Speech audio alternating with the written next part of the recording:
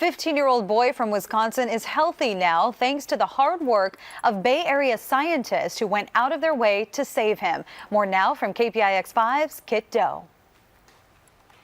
Something was killing Joshua Osborne. After 5 months of medical tests in Madison, Wisconsin, he was running out of options and time. Yeah, I mean, they tested for everything they knew. They tested for viruses and bacterias, and you know, ultimately he had a brain scan and 2 or 3 spinal taps CAT scan, same thing, I think. So, yeah, it certainly wasn't for a lack of trying. Josh was born without an immune system, commonly known as bubble boy disease, because patients often live in a plastic bubble to protect themselves from germs. But at 14 years old, he was back in the hospital in a medically induced coma, his brain swelling with fluid. Josh's last hope was an experimental new test 2,000 miles away here at UCSF, his fate to be determined by 1,200 lines of computer code. So this is the actual code that runs the entire script. And as you can see, it's not that big. Josh's DNA was rushed to Dr. Charles Chu, who'd been developing the test, known as next-generation sequencing. It involved running Josh's sample through a machine that cranks out DNA results in a few hours, what would normally take an army of technicians several weeks. Typical manual methods of doing sequencing can only sequence maybe 10 to 100 sequences at a time.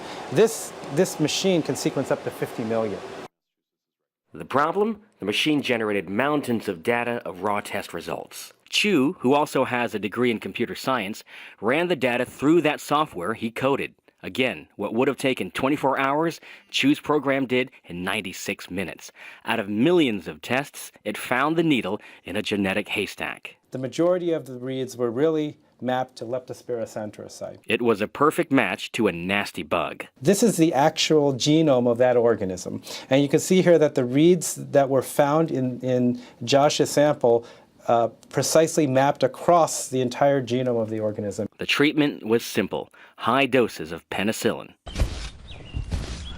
It worked. I feel wonderful today. It's 80 degrees, and being at my home with my family alive is probably one of the most amazing feelings a boy can get.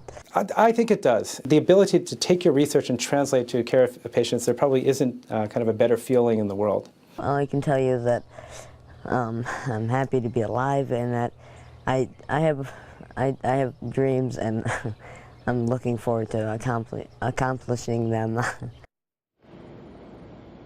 And talk about a proof of concept. Dr. Chu just wants to save lives, and so he has posted all that computer code on his website where you can go and download it for free. Michelle. It's absolutely amazing what he's done. How soon could this new test be available to the public? Well, that all depends on how much funding they get so they can continue their research, but we're talking on the order of years before it gets to the public. We're live in San Jose. Kit Doe, KPIX 5.